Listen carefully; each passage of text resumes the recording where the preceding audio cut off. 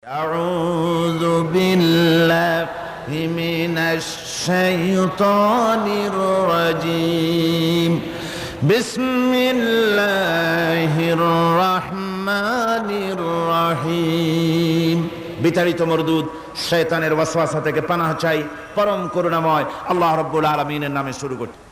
আজকে বলবো এই কোরআনে কারীমের নাজিলের উদ্দেশ্য, কোরআনে কারীমের বৈশিষ্ট্য, কোরআনে কারীমের মর্যাদা। কোরআন এক বিশাল, কোরআন যেমন বিশাল তার আলোচনাও তেমন বিশাল। কোরআনে কারীমের বৈশিষ্ট্য হচ্ছে কোরআন গোটা মানব জাতির জন্য সর্বশেষ হেদায়েতের গ্রন্থ, আল্লাহর পক্ষ থেকে আর একটি বাণীও মানুষের জন্য আসবে না। আল্লাহর পক্ষ থেকে মানুষের জন্য আর কোনো বাণী আসবে? বলুন, আসবে? আল্লাহর পক্ষ থেকে মানুষের জন্য হেদায়েতের আর কোনো কথা আসবে না, এটাই শেষ কালামে রব্বানি, আখেরি কালাম কোরআনে কারীম। এরপরে আর কোনো বাণী আল্লাহর পক্ষ থেকে আসবে না। প্রচলিত অর্থে আমরা আসমানি কিতাবগুলোকে ধর্মগ্রন্থ বলি, ধর্মগ্রন্থ আমাদের দেশের লোকেরা বলে, এবং এই ধর্মগ্রন্থের আওতায় বেদ, জিন্দাবিস্তা, ত্রিপিটক, বাইবেল ইত্যাদিগুলিকে ধর্মগ্রন্থ বলা হয়। ধর্মগ্রন্থ প্রচলিত অর্থে ধর্মগ্রন্থ বলতে যা বুঝায়, কোরআনে কারীম তেমন কোন প্রচলিত অর্থে ধর্মগ্রন্থ নয়। অন্যান্য ধর্মগ্রন্থগুলি কিছু সদাচরণের কথা বলেছে, কিছু সদাচরণের কথা বলেছেন অহিংসা পরম ধর্ম, বলা হয়েছে জীব হত্যা মহাপাপ, শত্রুকে ক্ষমা করে দিও, এই জাতীয় কিছু কথাবার্তা, কিছু মিষ্টি মিষ্টি কথাবার্তা ইত্যাদি বলা হয়েছে। এবং পৃথিবী জুড়ে স্থান কাল পাত্র ভেদে তার কোনো স্থায়ী আবেদন টিকে থাকে নাই। কোরআন হচ্ছে সেই কিতাব, কোরআন হচ্ছে সেই গ্রন্থ যা প্রচলিত অর্থে ধর্মগ্রন্থ নয়, বরং কোরআন হচ্ছে একটি পূর্ণাঙ্গ জীবন বিধান, যাকে আরবিতে বলা হয় মুকাম্মাল নিজামে হায়াত, যাকে বলা হয় কমপ্লিট কোড অফ লাইফ, যাকে বলা হয় পূর্ণাঙ্গ একটি জীবন বিধান।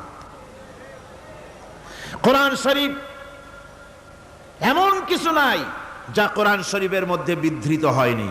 সকল কথা আল্লাহ পাকের মধ্যে বলে দিয়েছেন। একেবারে এ কোরআনে কি নাই? সব আছে। কোরআন শরীফ পিঁপড়া থেকে শুরু করে হাতি পর্যন্ত কোরআনের ভিতরে সন্নিবেশিত করা হয়েছে। পিঁপড়ার নামে একটা সূরা আছে না? নাম কি? সূরা আন-নামল। আবার হাতির নামেও একটা সূরা আছে, নাম কি? সূরা ফিল। লোহার নামে সূরা আছে, মাকড়সার নামে সূরা আছে, মৌমাছির নামে সূরা আছে, মানুষের নামেও সূরা আছে। মানুষের ভেতরে দুটো শ্রেণী, পুরুষ এবং নারী, মহিলাদের কেউ বাদ দেওয়া হয় নাই, তাদের জন্য একটা সূরা আছে, নাম কি? তাহলে পিঁপড়া থেকে শুরু করে হাতি আর মানুষ, তার প্রয়োজনীয় যা কিছু সব কিছুকে আল্লাহ পাক কোরআনে কারীমের মধ্যে সন্নিবেশিত করে দিয়েছেন। আমি অনেকবার কথা বলেছি, এটা কোনো কোরআন হাদিসের কথা নয়, এটা আমার ধারণার কথা, কোরআন হাদিসের কথা নয়। যেমন কোরআন শরীফের শুরু হয়েছে বিসমিল্লাহ দিয়ে। কি দিয়ে শুরু হয়েছে? বিসমিল্লাহ দিয়ে। প্রথম অক্ষরটা কি? বা। আর শেষ হয়েছে মিনাল জিন্নাতি ওয়ান নাস, শেষের অক্ষর কি? সিন। তাহলে কোরআনের প্রথম অক্ষর বা আর শেষের অক্ষর সিন, দুইটাকে জুড়ে দিলে কি হয়? বাস। আমার কাছে মনে হয় যেন কোরআনে কারীমের ভিতরে আল্লাহ রাব্বুল আলামিন পৃথিবীবাসীদের জন্য যা কিছু প্রয়োজন সব কিছু সন্নিবেশিত করে দিয়েছেন। শুরু করলেন বা দিয়া, শেষ করলেন সিন দিয়া, বাস করে দিলেন যেন বলা হলো পৃথিবীর মানুষেরা, তোমাদের জন্য কিয়ামত পর্যন্ত যা কিছু দরকার সবগুলি আমি আল্লাহ রাব্বুল আলামিন কোরআনের মধ্যে ভরে দিয়েছি। বাস হয়ে গেছে, আর কিছুর প্রয়োজন নাই, আর কিছু প্রয়োজন নাই, সব আমি কোরআনে কারীমের ভেতরে সন্নিবেশিত করে দিয়েছি।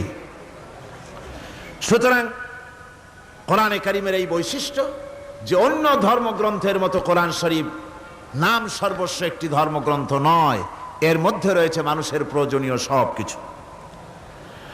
কোরআনের আরেকটি বৈশিষ্ট্য হচ্ছে যে অন্যান্য ধর্মগ্রন্থগুলির ভেতরে মানুষেরা হাত লাগাইছে, অপারেশন করেছে, বাড়াইছে কমাইছে, সর্বনাশ করে দিয়েছে, ইচ্ছে মতো বাড়াইছে কমাইছে। কমাতে কমাতে কম্বলের লোম বাঁচতে যেমন কিছু থাকে না, নিজেরা নিজেদের কথা ভিতরে ঢুকাতে ঢুকাতে আজকের বাইবেল আল্লাহর কথা শূন্য হয়ে গিয়েছে। বর্তমান পৃথিবীতে লুক, জন, মার্ক, মথি, scripture, New Testament, Old Testament, খ্রিস্টানদের ধর্মগ্রন্থ বলতে যা বুঝায়, এই পুরা ধর্মগ্রন্থ তাদের এই কিতাবগুলির ভিতরে আল্লাহ রাব্বুল আলামিনের একটি কথা নাই, সব তারা শেষ করে ফেলেছে। কোরআন এক্ষেত্রে ব্যতিক্রম।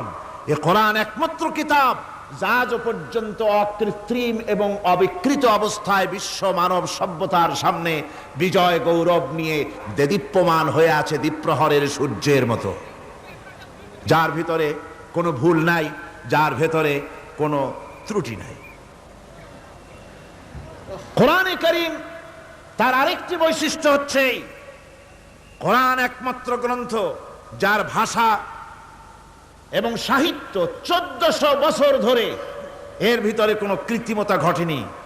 আরবি ভাষা এবং সাহিত্যের সর্বোৎকৃষ্ট নমুনা হিসাবে কোরআন শরীফ টিকে আছে। পৃথিবীর কত ভাষা শেষ হয়ে গিয়েছে, কত ভাষা জন্মগ্রহণ করেছে আর মরে গেছে তার ঠিক নাই। ভাষার উন্নতি যত হচ্ছে, কোরআনে কারীম সমস্ত ভাষা এবং সাহিত্যের মানকে উতরে গিয়ে এমন এক জায়গায় কোরআনের ভাষা সাহিত্য পৌঁছে গেছে যাকে স্পর্শ করা পৃথিবীর কোনো ভাষার পক্ষে সম্ভব নয়। কোরআন এক জীবিত ভাষা, জীবন্ত ভাষা। কোরআন আরবি ভাষা। পৃথিবীর অন্তত 38টি দেশের রাষ্ট্রভাষা, স্টেট ল্যাঙ্গুয়েজ আরবি ভাষা। এই আরবি ভাষা আল্লাহ পাক এই কোরআন নাজিল করেছেন, এর মজা ফুরায় না, এর সাহিত্যের মান ফুরায় না। এটা হচ্ছে কোরআনে কারীমের আরেকটি বৈশিষ্ট্য। কোরআনে কারীমের অন্যান্য বৈশিষ্ট্যের ভেতরে আরেকটি বৈশিষ্ট্য হচ্ছে যে এ কোরআনে কারীম একমাত্র কিতাব যেই কিতাবের ভেতরে রয়েছে কোরআনের অনুসারী তাদের নাম এবং কোরআনের অনুসারী তাদের ধর্মের নাম গ্রন্থের ভেতরে আছে, যা অন্য কোনো কিতাবের মধ্যে নাই। সেটা হচ্ছে আমরা যে মুসলমান তা কোথায় পেলাম? আমরা যে মুসলমান এই পরিচিতি কোথায় পেলাম? হুয়া সাম্মাকুমুল মুসলিমিন।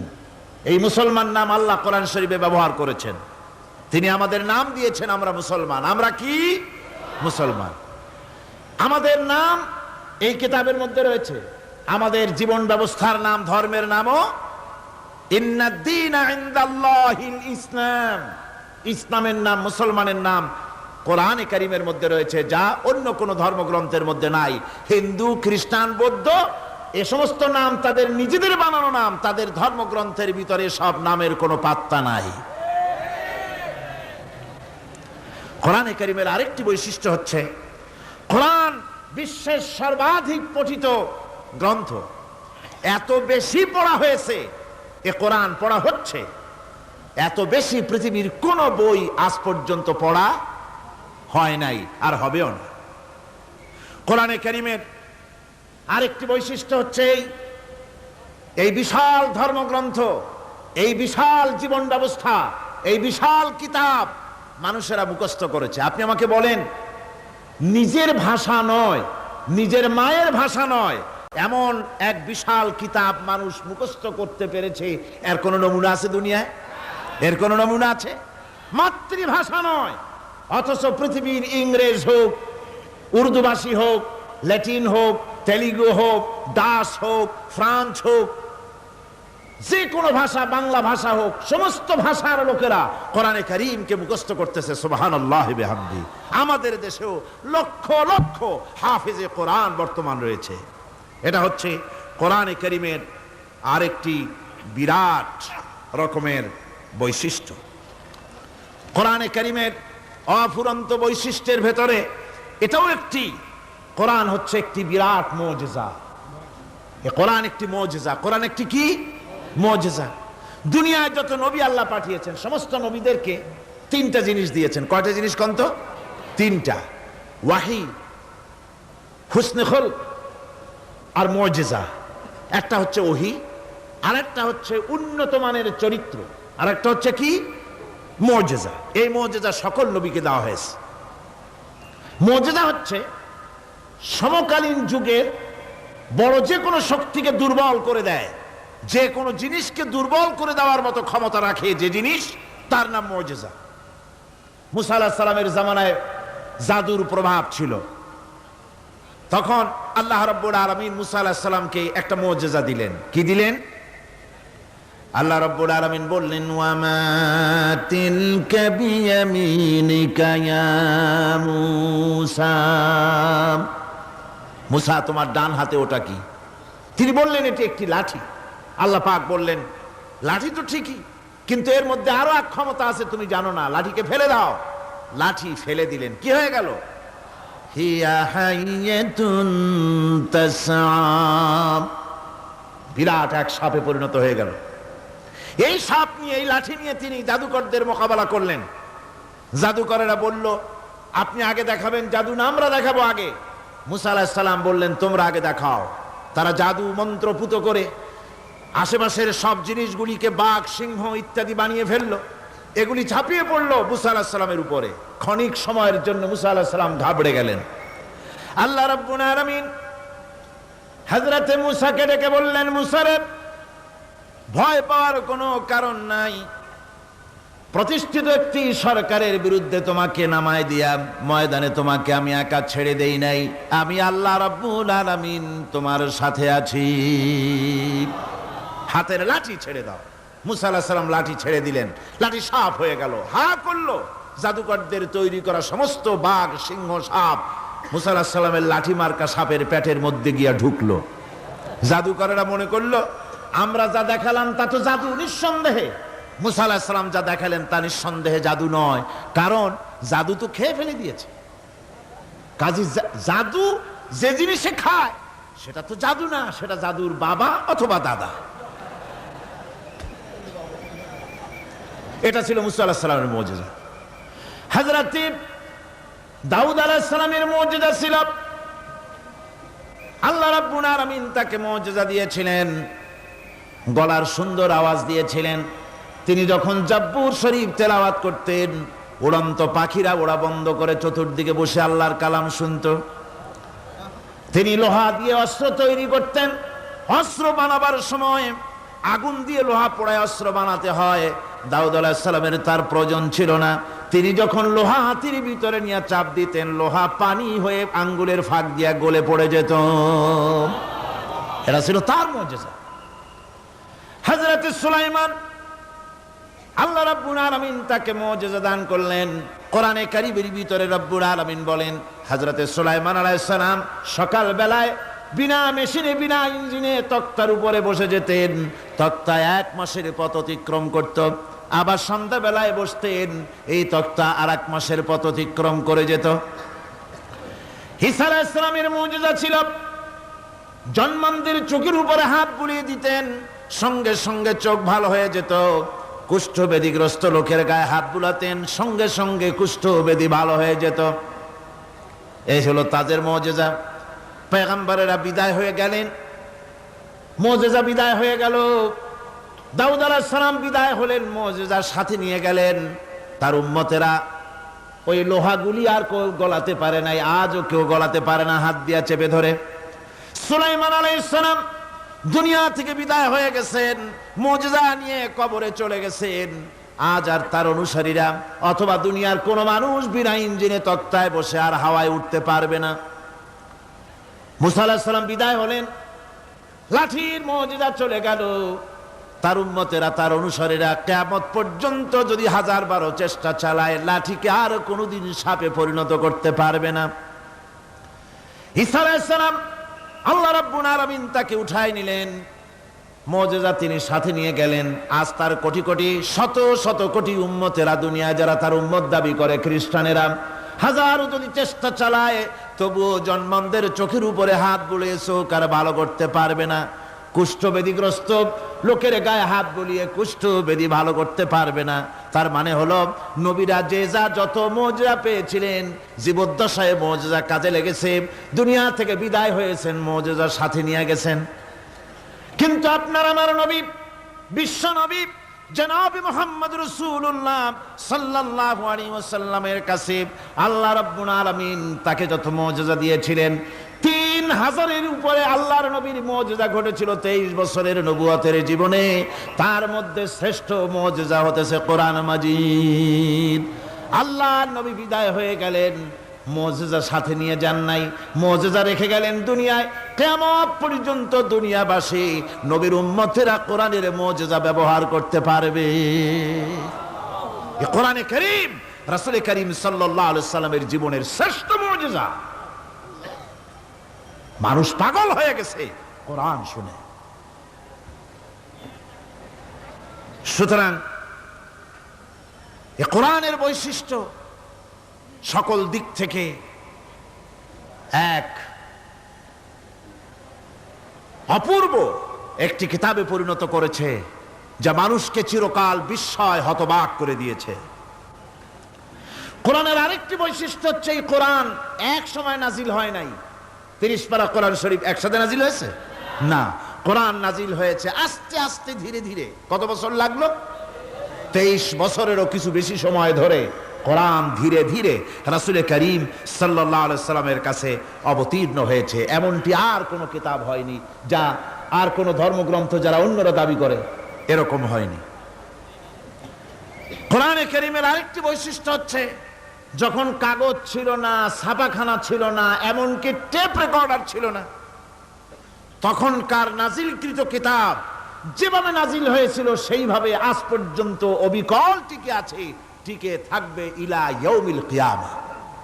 কিয়ামত পর্যন্ত কোরআনে কারীমের এই অকৃত্রিম অবিকৃত অবস্থায় কোরআনে কারীমের এই শান, এই বরকত টিকে থাকবে।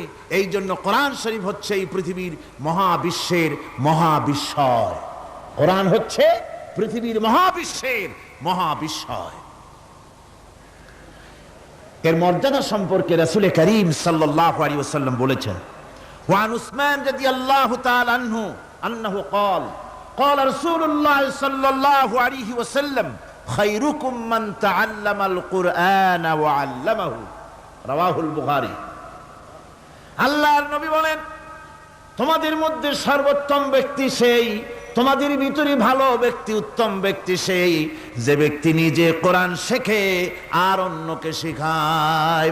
কোরআন যে শেখে আর অন্যকে যে শেখায়, সেই ব্যক্তি হলো তোমাদের মধ্যে সর্বোত্তম ব্যক্তি, ভালো ব্যক্তি। সুবহানাল্লাহ পড়েন। কোরআনে কারীমের এই মর্যাদা সম্পর্কে রাসূল করিম সাল্লাল্লাহু আলাইহি সাল্লাম বলেছেন, দুই ব্যক্তিকে, দুই শ্রেণীর লোককে ঈর্ষা করা যায়। অমুকে বিরাট বাড়ি করেছে, সে বাড়ি দেখে হিংসা হয়, আমি ওরকম বাড়ি করব, অমুকের মতো নেতা হব, অমুকের মতো বড় লোক হতে হবে। পরশ্রী কাতরতা অথবা ঈর্ষা করা, এরকমের ঈর্ষা করা জায়েজ নাই। রাসূলুল্লাহ বলেছেন, দুই ব্যক্তির সঙ্গে ঈর্ষা করা যায়। আন ইবনে উমর রাদিয়াল্লাহু তাআলা আনহু আন্নাহু ক্বাল ক্বাল রাসূলুল্লাহ সাল্লাল্লাহু আলাইহি ওয়াসাল্লাম লা হাসাদা ইল্লা আলাল ইসনাইন, দুই ব্যক্তি ছাড়া অন্য কারো সাথে হিংসা করা যায় না, রিস্ক করা যায় না। কোন কোন ব্যক্তি? রাজুলুন আতাহুল্লাহুল কুরআন ফাহুয়া ইয়াকুমু বিহি আনা আল-লাইলি ওয়া আনা আন-নাহার, ওই ব্যক্তির সঙ্গে ঈর্ষা করা যায়, হিংসা করা যায় যে ব্যক্তিকে আল্লাহ পাক কোরআনের ইলম দান করেছেন, সে ব্যক্তি দিন রাত কোরআন তেলাওয়াত করে, কোরআনের উপরে আমল করে, কোরআনের উপরে থাকে, মানুষকে কোরআনের দাওয়াত দেয়। ওই লোকের সাথে ঈর্ষা করা দরকার যে তার মতো হতে চায়। ওয়ারাজুলুন আতাহুল্লাহু মালান ফাহুয়া ইউনফিকু মিনহু আনা আল-লাইলি ওয়া আনা আন-নাহার, মুত্তাফাকুন আলাইহি, বুখারী মুসলিমের হাদিস।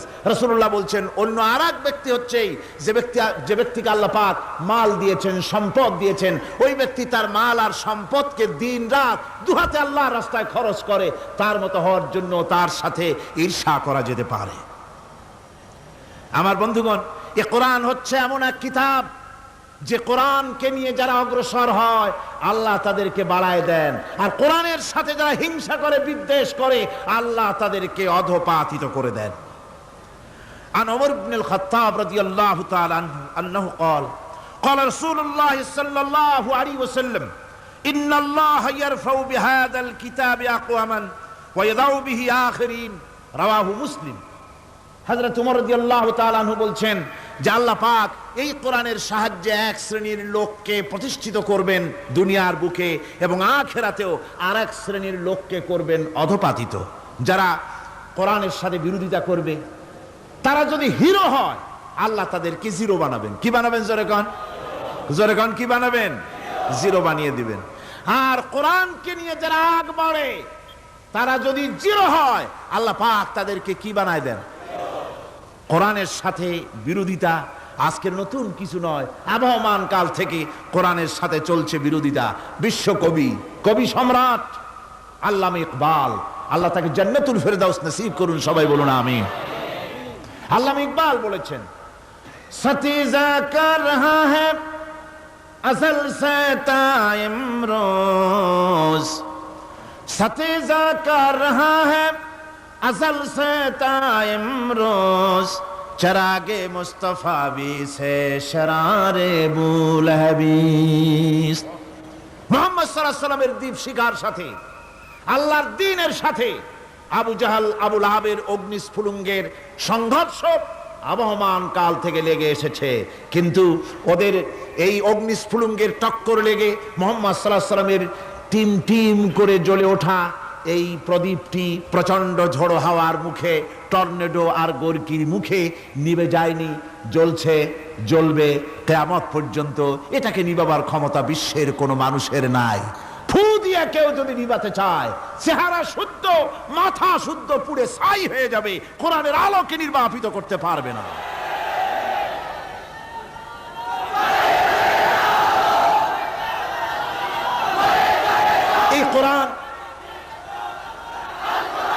এই কোরআন যার সিনার ভিতরে থাকে, যার সিনার মধ্যে থাকে সে হয় সমৃদ্ধ, আর যার সিনার মধ্যে থাকে না সে হয়। আল্লাহর নবী বলেছেন, ইন্নাল্লাযী লাইসা ফী জাওফিহি শাইউম মিনাল কুরআনি কাল বাইতিল খারিব। যেই দেহের ভিতরে কোরআন নাই, যেই দেহের ভিতরে, যেই সিনার ভিতরে কোরআন নাই, ওই মানুষটা হতেছে একটা সাড়া বাড়ির মতো, একটা উজাড় বাড়ির মতো, বিরান বাড়ির মতো। বিরান বাড়িতে কি থাকে? সাড়া বাড়িতে কি থাকে? কি কয়? না না, ভূত কিসের? খামোখাই ভয় পান আপনারা। ভূত বলে কিছু নাই। হ্যাঁ, শয়তান থাকে, জিন থাকে, তারপরে ওর মধ্যে আর কি থাকে?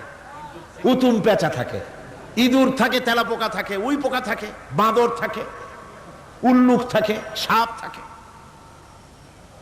রাসূলুল্লাহর কথা দেখেন, কি সুন্দর কথা, সুবহানাল্লাহ, সুবহানাল্লাহ। যে দেহের ভিতরে কোরআন নাই, সারা বাড়িতে যা থাকে, পুরো বাড়িতে যা থাকে, বিরান বাড়িতে যা থাকে, যে দেহে কোরআন নাই সেই দেহের মধ্যে তাই থাকে। আজ দেখুন বাংলাদেশের শিক্ষাঙ্গনে, কলেজ ইউনিভার্সিটিগুলিতে কোরআন পড়ানো হয় না। বলেন ঠিক কিনা? আমাদের বিশ্ববিদ্যালয়গুলিতে কোরআন পড়ানো হয়, তাফসীর পড়ানো হয়, হাদিস পড়ানো হয়, হয় না। হাদিস, কোরআন, আল্লাহর কালাম পড়ানো হয় না বলে অবস্থা কি হয়েছে? হাদিস থেকে মিলায় নেন, ইন্নাল্লাযী লাইসা ফী জাওফিহি শাইউম মিনাল কুরআনি কাল বাইতিল খারিব। কোরআন নাই তো সারা বাড়ি, কোরআন নাই তো কি আছে? যে ঘরের মধ্যে মানুষ নাই, উল্লুক থাকে, ভাল্লুক থাকে, শয়তান থাকে, তেলাপোকা থাকে, সারপোকা থাকে, হিংস্র প্রাণী ভরপুর থাকে। যে শিক্ষা প্রতিষ্ঠানে কোরআন পড়ানো হয় না, সেখানেও সন্ত্রাসীরা বাস করতে পারে, ভালো মানুষ টিকতে পারে না।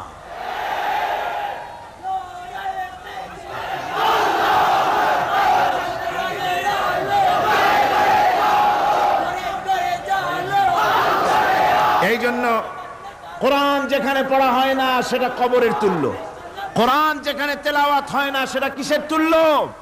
কবরের তুল্য। আল্লাহর নবী বলেছেন, আন আবি হুরায়রা রাদিয়াল্লাহু তাআলা আনহু আন্নাহু ক্বাল قال رسول الله صلى الله عليه وسلم لا تجعلوا بيوتكم مقابر رواه মুসলিম। আল্লাহর নবী বলেন, তোমাদের ঘরগুলিকে তোমরা কবর বানায়ো না। অর্থাৎ যে ঘরের মধ্যে কোরআনে কারীম তেলাওয়াত হয় না সেটা কবরের সমতুল্য, কবরের সমতুল্য। আগে আমাদের ঘর সমূহে যখন ছোট ছিলাম তখন দেখতাম ঘরে ঘরে কোরআন তেলাওয়াত হতো, ঠিক না? প্রত্যেকটা ঘরের জানালা দিয়া সকালবেলা আওয়াজ আসতো, আউযু বিল্লাহি মিনাশ শাইতানির রাজিম, বিসমিল্লাহির রহমানির রহিম, তেলাওয়াতের আওয়াজ ভেসে আসতো। আজ আর এই অবস্থা নাই।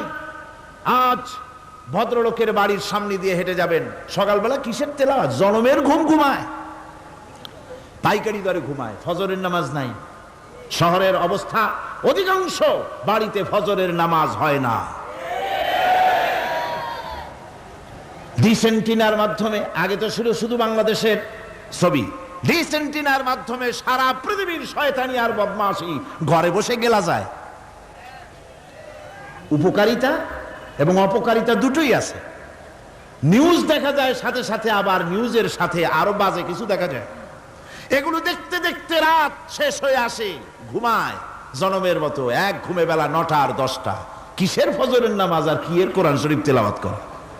এরপরে উঠলো 9টা 10টার সময়, উঠে তারপরে গানের মাস্টার এসে গেছে। তখন ইতিমধ্যেই গানের মাস্টার এসে গেছেন। কি দুর্ভাগ্যজনক সত্য কথা, ইংরেজি যে টিচার পড়ান, অঙ্ক যে টিচার করান, সপ্তাহে 3 ঘন্টা পড়াবেন, বেতন 2500 টাকা। আর প্রতিদিন সকালবেলা এসে যদি কোনো মুসলমান কোনো একজন মৌলভী সাহেব, হাফেজ সাহেবকে রাখেন কোরআন তেলাওয়াত করাবার জন্য, কোরআন পড়াবার জন্য সন্তানকে, প্রতিদিন আসতে হবে, প্রতিদিন 2 ঘন্টা পড়াতে হবে, আর মাসের শেষে বেতন 500 টাকা। কোরআনে কারীমের সাথে এই আচরণ বেশি হয়েছে। ও, আমি বেশি বলে ফেলেছি। যাদের অভিজ্ঞতা আছে তারা বলছেন 200 টাকা। এরপরে অঙ্ক ইংরেজি তো কাজে লাগে, ভালো কথা। তারপরে গানের মাস্টার আসছেন, তিনি শেখাবেন কি? রবীন্দ্রসঙ্গীতের প্যানপ্যানানি, যা শুনলে পরে কানে ময়লা জমে যেতে পারে, যে গান শুনলে জীবিত মানুষ মৃত্যু হয়ে যায়। নজরুলের কথা শেখানো হবে না, তাহলে সেটা হবে সাম্প্রদায়িকতা। গানের মাস্টারকে, নাচের মাস্টারকে 5,000 টাকা, 10,000 টাকা পর্যন্ত বেতন দেওয়া হয়। এ জাতির জন্য আল্লাহর রহমত কেমনে আসবে? কি কারণে আসবে?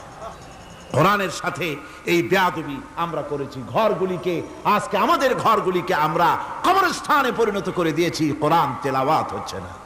আমার বন্ধুগণ, কোরআন তেলাওয়াত করুন, বেশি বেশি তেলাওয়াত করুন, ঘরকে জীবিত করুন, সন্তানকে তেলাওয়াত করান, আপনি নিজেও তেলাওয়াত করেন।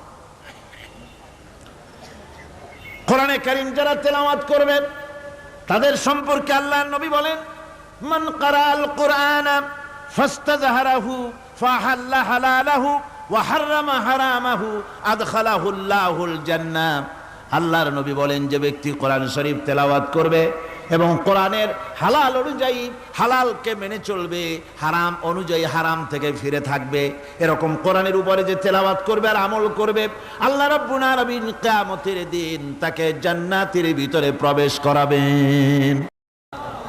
শুধু বেহেশতে যাবে না, ওয়া শাফাহু ফি হাশরাতিন মিন আহলি বাইতিহি কুল্লুহুম কাদ ওয়াজাবাত লাহুন নার। নবীজি বলেন, এই কোরআনে কারীমের বরকতে কিয়ামতের দিন ওই ব্যক্তি তার রক্ত সম্পর্কিত 10 জন আত্মীয়ের ব্যাপারে সুপারিশ করার জন্য তৌফিক পাবে আল্লাহর দরবারে।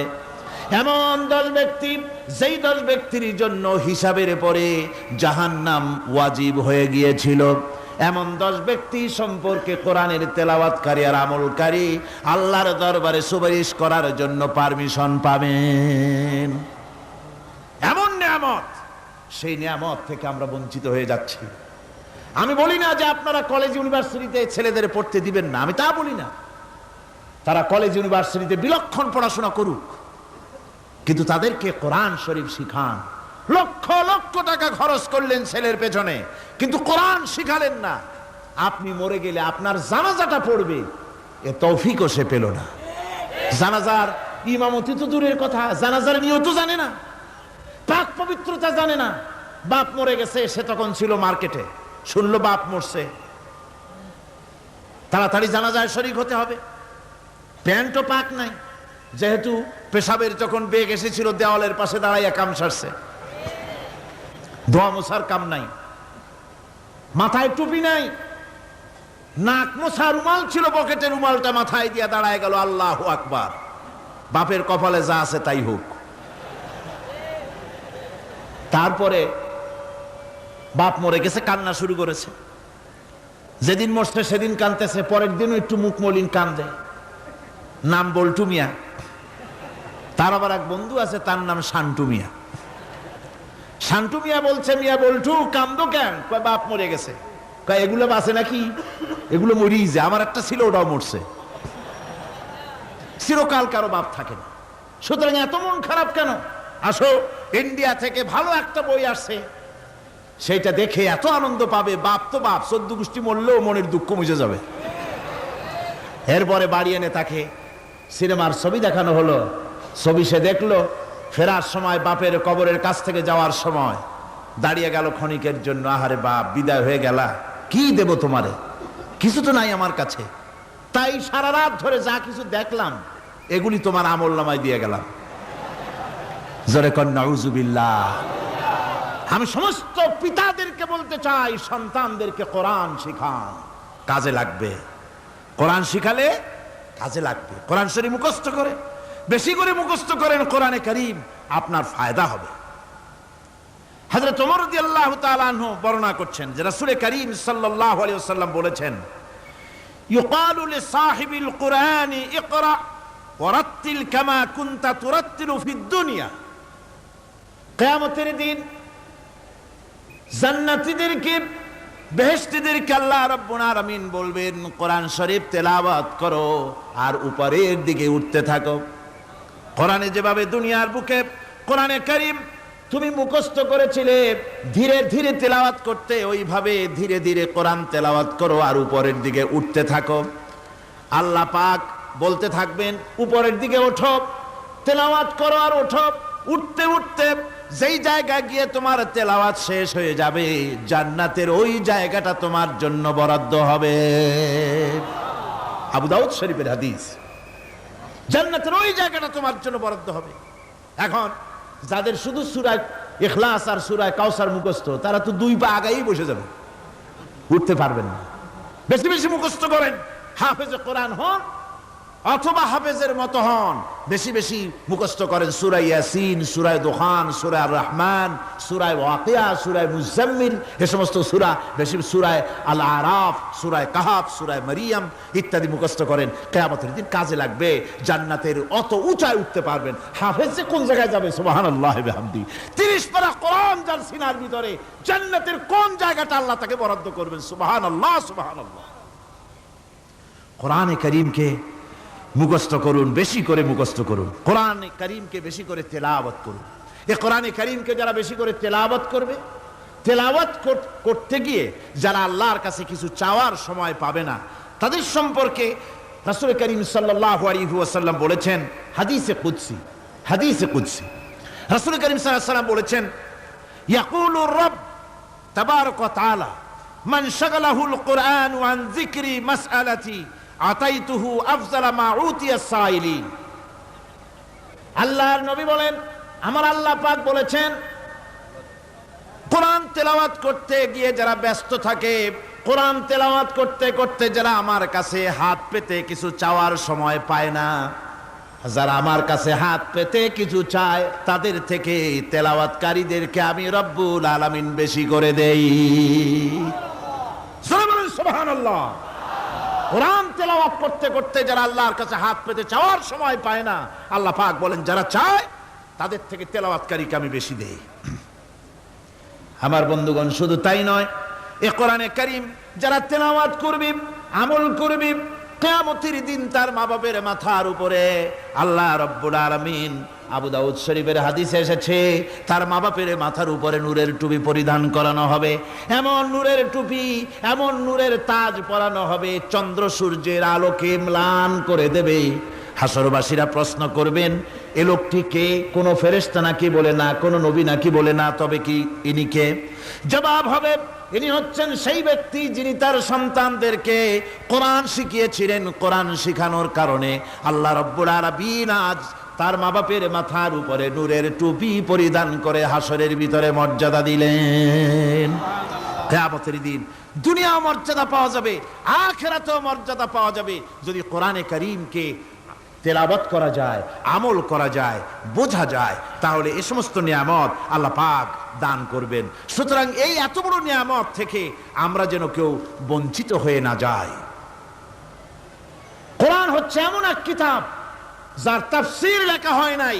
পৃথিবীতে এমন কোনো ভাষা নাই, পৃথিবীর উল্লেখযোগ্য সবগুলি ভাষায় কোরআনে কারীমের তাফসীর লেখা হয়েছে, কিন্তু কোন মুফাসসির আজ পর্যন্ত কথা বলেন নাই যে আমি যে তাফসীর লিখছি এর চাইতে ভালো তাফসীর আর কেউ লিখতে পারেও না, আর পারবেও নাই। এটা শেষ, আর তাফসীর লেখা লাগবে না। এ কথা কেউ বলতে পেরেছে? জোরে বলেন, পেরেছে? পারে নাই। তার কারণ কি? আল্লাহ রাব্বুল আলামিন বলেন, قُلْ لَوْ كَانَ الْبَحْرُ مِدَادًا لِكَلِمَاتِ رَبِّي لَنَفِدَ الْبَحْرُ قَبْلَ أَن تَنفَدَ كَلِمَاتُ رَبِّي وَلَوْ جِئْنَا بِمِثْلِهِ مَدَدًا। আল্লাহ পাক বলেন, নবী আপনি বলুন, আমার রবের কথাগুলি লেখার জন্য যদি সমুদ্রের পানিগুলি, সমুদ্রের সমস্ত পানিগুলি যদি কালিতে পরিণত হয়ে যায়, আর আমার রবের কথাগুলি যদি লেখা শুরু হয়ে যায়, আমার রবের কথাগুলি লেখার পূর্বে সমস্ত সমুদ্রের পানিগুলি শেষ হয়ে যাবে। তারপরে যদি আবার সমুদ্র ভরে দেওয়া হয়, আরো যদি লেখা হয়, তবুও আমার রবের কথা লেখা শেষ হবে না। আল্লাহ রাব্বুল আলামিন বলেন, وَلَوْ أَنَّ مَا فِي الْأَرْضِ مِنْ شَجَرَةٍ أَقْلَامٌ وَالْبَحْرُ يَمُدُّهُ مِنْ بَعْدِهِ سَبْعَةُ أَبْحُرٍ مَا نَفِدَتْ كَلِمَةُ اللَّهِ। আল্লাহ রাব্বুল আলামিন বলেন, মা নাফিদাত কালিমাতুল্লাহ। আল্লাহ পাক বলেন, 7টা সমুদ্রের পানি যদি একত্রিত করা হয়, 7টা সমুদ্রের পানি যদি এক জায়গায় করা হয়, এই পানিগুলি যদি কালিতে পরিণত হয়ে যায়, আর পৃথিবীর সমস্ত গাছগুলি যদি কলমে পরিণত হয়ে যায়, ওই গাছগুলি দিয়ে যদি ওই পানি রূপ কালি দিয়ে আমার প্রভুর কথা, আল্লাহ রাব্বুল আলামিনের কোরআনের কথা যদি লেখা শুরু হয়ে যায়, লিখতে লিখতে সমস্ত পানিগুলি, গাছগুলি শেষ হয়ে যাবে, আল্লাহ পাকের কালামের ব্যাখ্যা লেখা শেষ হবে না। মা নাফিদাত কালিমাতুল্লাহ, আল্লাহর কথা লেখা শেষ হবে না। এত বড় বিরাট আজিম কিতাব আল্লাহ পাক আমাদেরকে দান করেছেন। সুবহানাল্লাহ পড়েন। এই কিতাবের এত বড় গুরুভার আল্লাহ রাব্বুল আলামিন বলেছেন, লাউ আনজালনা হাযাল কুরআনা আলা জাবালিন লারাআইতাহু খাশিআম মুতাসাদ্দিআম মিন খাশিয়াতিল্লাহ। আমি যদি এই কোরআনকে পর্বতের উপরে নাজিল করতাম, তাহলে তুমি দেখতে পেতে আমার ভয় ভীত সন্ত্রস্ত হয়ে পাহাড়গুলো চূর্ণ বিচূর্ণ হয়ে যেত। এত বড় আসিম কিতাব আমি তোমাদেরকে দান করেছি, যার গুরুভার বহন করতে কেউ রাজি হয়নি। পাহাড় পর্বত কেউ রাজি হয়নি, মানুষ রাজি হয়েছে। এই মানুষের উপরে আমি এটা অবতীর্ণ করেছি। গোটা বিশ্ববাসীর সামনে এই কিতাব আমি দিয়েছি তোমাদেরকে, এর দ্বারা হেদায়েত তোমরা গ্রহণ করবে। কিয়ামতের দিন আল্লাহর এই বিরাট নিয়ামত আমাদেরকে দান করলেন, আমরা এই নিয়ামতের নাশকর করেছি। অর্থাৎ এই কোরআনকে আমরা ব্যবহার করেছি, সঠিকভাবে করি নাই, বেঠিকভাবে করেছি। প্রথম দিন, দ্বিতীয় দিন আমি বলেছি কোরআন শরীফকে শুধু তাবিজ তুমারের জন্য, শুধু সওয়াবের জন্য তেলাওয়াত করেছি। আসলে শুধু সওয়াবের জন্য তো আসেনি কোরআন। কোরআন বুঝতে হবে, আমল করতে হবে, তবে না শান্তি পাবো। আপনি যদি, কোরআন হচ্ছে মানুষের জীবন সমস্যার সমাধানের গ্রন্থ। ওষুধ খেলে রোগ ভালো হয়। ওষুধ খেলে কি হয়? কেউ যদি সকাল বেলায় তসবিহ হাতে নিয়ে 500 বার পরে ওষুধ ওষুধ ওষুধ, 500 বার পড়লো রোগ কি ভালো হবে? বরং রোগ আরো বাড়তে পারে চিল্লাইতে চিল্লাইতে। শীতের জন্য লেপ গায়ে যায় না দিয়া কেউ যদি চিল্লাইতে থাকে, জিকির করে লেপ্ত শোক লেপ্ত শোক লেপ্ত শোক, শীত কি বন্ধ হবে নাকি? পানির পিপাসায় ছটফট করে মানুষ যদি চিল্লায় পানি পানি পানি পানি পানি, পানির পিপাসা আরো বাড়বে। তাহলে কি বোঝা গেল? পিপাসা লাগলে পানি পান করতে হবে, শীত লাগলে কম্বলটা গায়ে দিতে হবে, রোগ হলে ওষুধটা খেতে হবে, তাহলে সব সমস্যার সমাধান হবে। অনুরূপভাবে আমরা শুধু কোরআনে কারীমকে তেলাওয়াত করি সবের নিয়তে, তার হুকুমগুলি জীবনের উপরে আমল করি না বলে আজকের জীবন আমাদের বিপর্যস্ত হয়েছে। ব্যক্তিতে, পরিবারে, রাষ্ট্রে শান্তি নাই, কোথাও শান্তি নাই এই কারণে। আর কিয়ামতের দিন রাসূল আসামি করবেন তাদেরকে যারা কোরআন অমান্য করেছে। রাসূল হবেন বাদী, বাদী হবেন কে? যারা বলেন কে বাদী হবেন? রাসূল। আসামি হবে কারা? যারা কোরআন ছেড়ে দিয়েছে। আল্লাহ রাব্বুল আলামিন বলেন وقال الرسول يا رب إن قومي اتخذوا هذا القرآن مهجورا। কিয়ামতের দিন রাসূল আল্লাহর দরবারে ফরিয়াদ করবেন, আয় আমার রব, আয় আমার আল্লাহ তাআলা, এই সমস্ত লোকগুলি তোমার কালামকে, তোমার কোরআনকে অপ্রয়োজনীয় জিনিস বলে তারা পরিত্যাগ করেছিল। কোরআনকে অপ্রয়োজনীয় মনে করেছে, কোরআনের সাথে ঠাট্টা করেছে, বিদ্রুপ করেছে। কোরআন শিক্ষা ভিক্ষার ঝুলি, শেখার বুলি মনে করেছে। কোরআনের কোনো মূল্য দেয় নাই, কোরআনের কোনো দাম দেয়নি, কোরআনের সাথে ঠাট্টা করেছে, কোরআনের আইনের সাথে ঠাট্টা করেছে, বিদ্রুপ করেছে। আমার বন্ধুগণ, কিয়ামতের দিন যখন এরা উপস্থিত হবে আল্লাহর দরবারে, আল্লাহ রাব্বুল আলামিন কোরআনের সাথে যারা ঠাট্টা করেছে, বিদ্রুপ করেছে, কোরআনের আইনকে নিয়ে যারা ঠাট্টা বিদ্রুপ মজাক উড়াইছে, কিয়ামতের দিন তাদেরকে বলা হবে ওয়াকিলাল ইয়াউমা নানসাকুম কামা নাসিতুম লিকা ইয়াউমিকুম হাযা। কিয়ামতের দিন আল্লাহ রাব্বুল আলামিন কোরআনের ঠাট্টাকারী, কোরআনের বিদ্রুপকারী, কোরআনের আইনের অমান্যকারীদেরকে বলবেন আমি আজকে তোমাদের ভুলে গেলাম, যেমন করে তোমরা এই দিনে আমার সঙ্গে সাক্ষাৎকারের কথা ভুলে গিয়েছিলে। তোমরা যেমন আমার আজকের এই কিয়ামতের দিনের কথা যারা ভুলে গিয়েছিলে, আজকে আমিও তোমাদেরকে ভুলে গেলাম। এরপরে কি হবে? ওয়া মাওয়াকুমুন নার ওয়া মা লাকুম মিন নাসিরিন।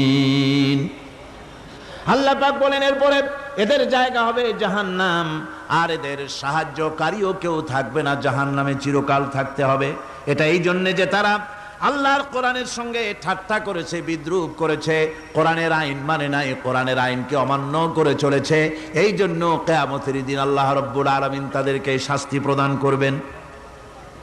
কোরআন পৃথিবীর বুকে আল্লাহ নাজিল করেছেন, শুধু তেলাওয়াত করবেন ঝুলে ঝুলে, এজন্য নয়। কি জন্য নাজিল হলো? এবার উদ্দেশ্য শুনুন। আল্লাহ পাক বলেন আর রহমান আল্লামাল কোরআন। আল্লাহ রাব্বুল আলামিন তিনি হলেন এমন দয়াবান, এমন রহমান, যিনি কোরআন শিখালেন। কি কারণে শিখালেন?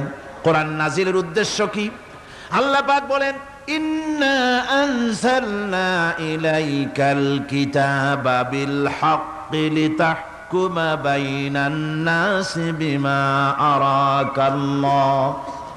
আল্লাহ পাক বলেন এই কিতাব আমি আপনার প্রতি অবতীর্ণ করেছি এই জন্যে যাতে করে আপনি আল্লাহর প্রদর্শিত এই বিধান অনুযায়ী মানুষের উপরে বিচার ফয়সালা করতে পারেন।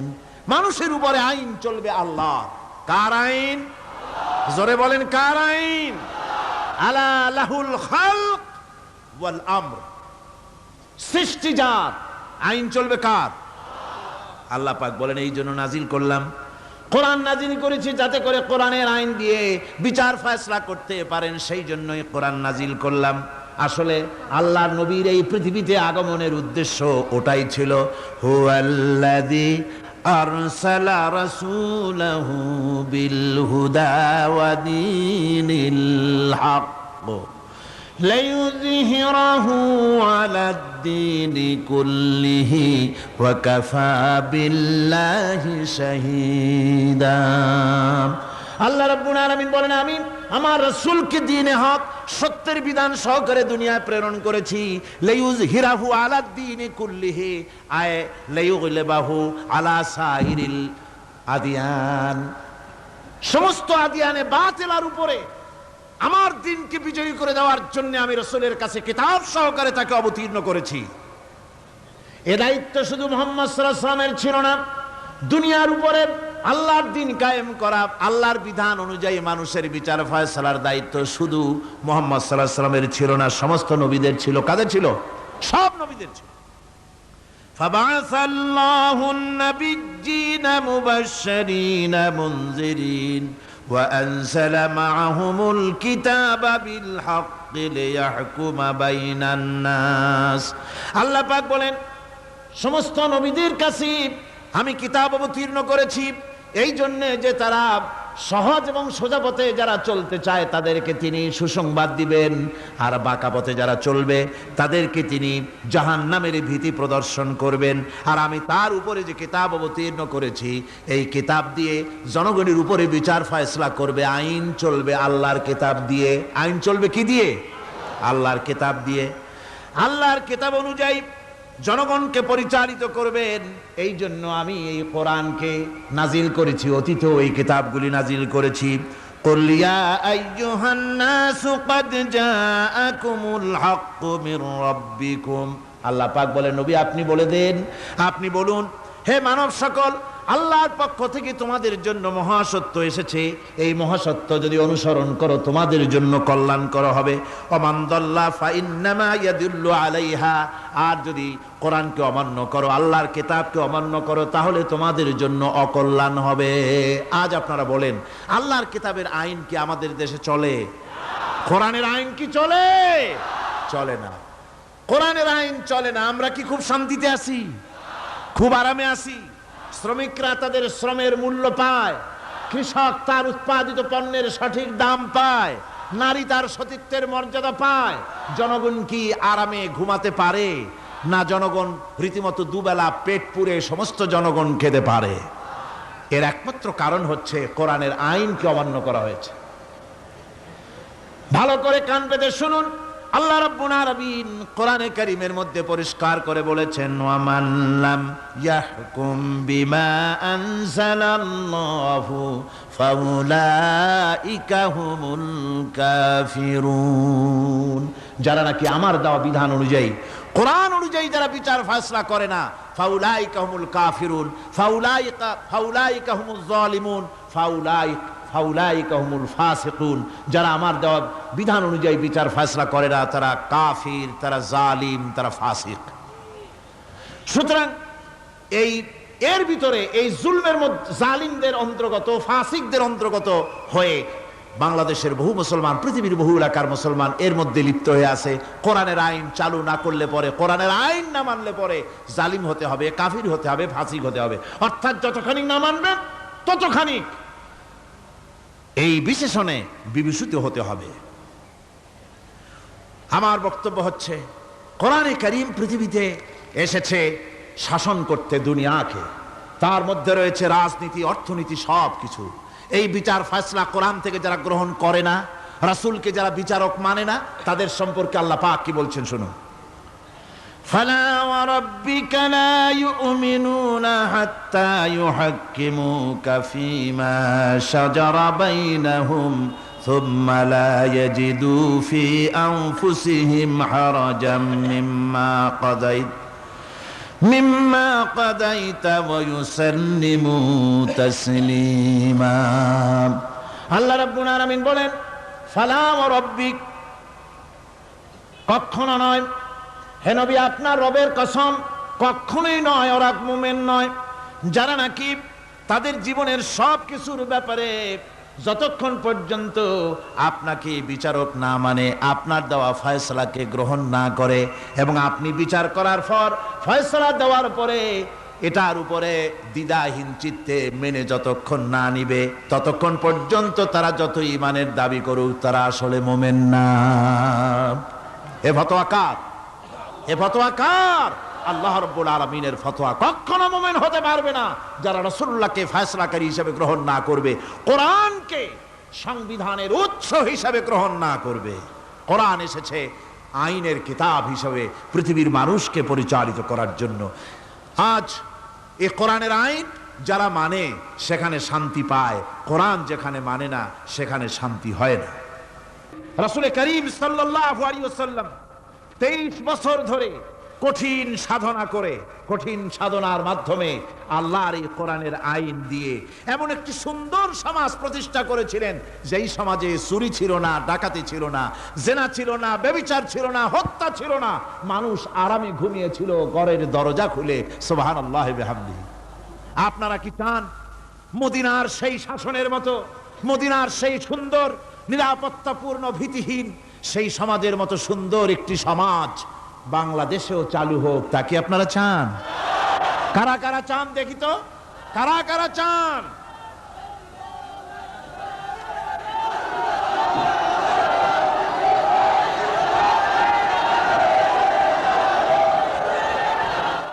আমিন। ربنا ظلمنا أنفسنا وإن لم تغفر لنا وترحمنا لنكونن من الخاسرين। রব্বুল আলামিন দীর্ঘ রজনী পর্যন্ত তোমার বান্দারা লক্ষ লক্ষ মানুষ কোরআনে কারিমের কথা শুনেছে, তোমার হাবিবের কথা শুনেছে। আয় আল্লাহ তাআলা তুমি দয়া করে মেহেরবানি করে তেলাওয়াত এবং দরুদ ও সালামের সওয়াব রাসূল করিম সাল্লাল্লাহু আলাইহি ওয়াসাল্লামের রূহ মুবারকে পৌঁছিয়ে দাও। রব্বুল আলামিন আমরা যারা হাত তুলেছি এর মধ্য থেকে মা বাপ যাদের দুনিয়া থেকে জন্মের মতো বিদায় হয়ে গেল, আল্লাহ তুমি দয়া করে মেহেরবানি করে আমাদের মা বাপের কবরগুলিকে জান্নাতের টুকরা বানাইয়া দিও। রব্বির হামহুমা কামা রব্বায়ানি সগীরা, রব্বির হামহুমা কামা রব্বায়ানি সগীরা। হে আল্লাহ রাব্বুল আলামিন, সারা জীবন আমরা গুনাহ করেছি, নাফরমানি করেছি। আল্লাহ কোরআনে কারীমের মাহফিলে এসে তোমার দরবারে কাঙ্গালের মতো হাত তুলেছি, দয়া করে মেহেরবানি করে জিন্দেগীর সকল গুনাহ খাতা তুমি মাফ করে দাও। রব্বুল আলামিন আমাদের ভিতরে বহু মানুষ রোগী আছে, অসুস্থ আছে, প্রতিদিন অনেক চিঠি আসে, দোয়া আছে। আল্লাহ তুমি দয়া করে মেহেরবানি করে আমাদের সকলের রোগ ব্যাধিগুলিকে তুমি শেফায়ে আজেলা দিয়ে দাও। রব্বুল আলামিন মা বোনেরা কষ্ট করে প্রতিদিন আসেন, আল্লাহ তুমি তাদের ব্যাধি মাফ করে দিও, ইমানের সাথে পর্দার সাথে চলাফেরার তৌফিক দিও, স্বামী এবং সন্তান সহ ইমানে শান্তিতে বসবাস করার তৌফিক দিও।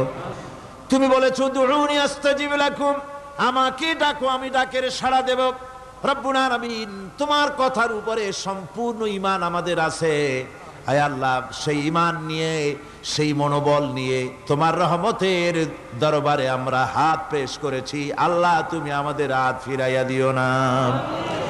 এ মাহফিলের বরকতে সমস্ত মানুষের ভিতরে মোহাব্বত পয়দা করে দাও আল্লাহ, হিংসা বিদ্বেষ দূর করে দাও। আয় আল্লাহ এই কোরআন দিয়ে বাংলাদেশ শাসিত হচ্ছে, এই দৃশ্যটা আমাদেরকে একবারের জন্য যদি হয় আল্লাহ চোখে দেখায় দিও। আল্লাহ এই দৃশ্যটা একবার আমাদের চোখে দেখার তৌফিক দান করে দিও আল্লাহ।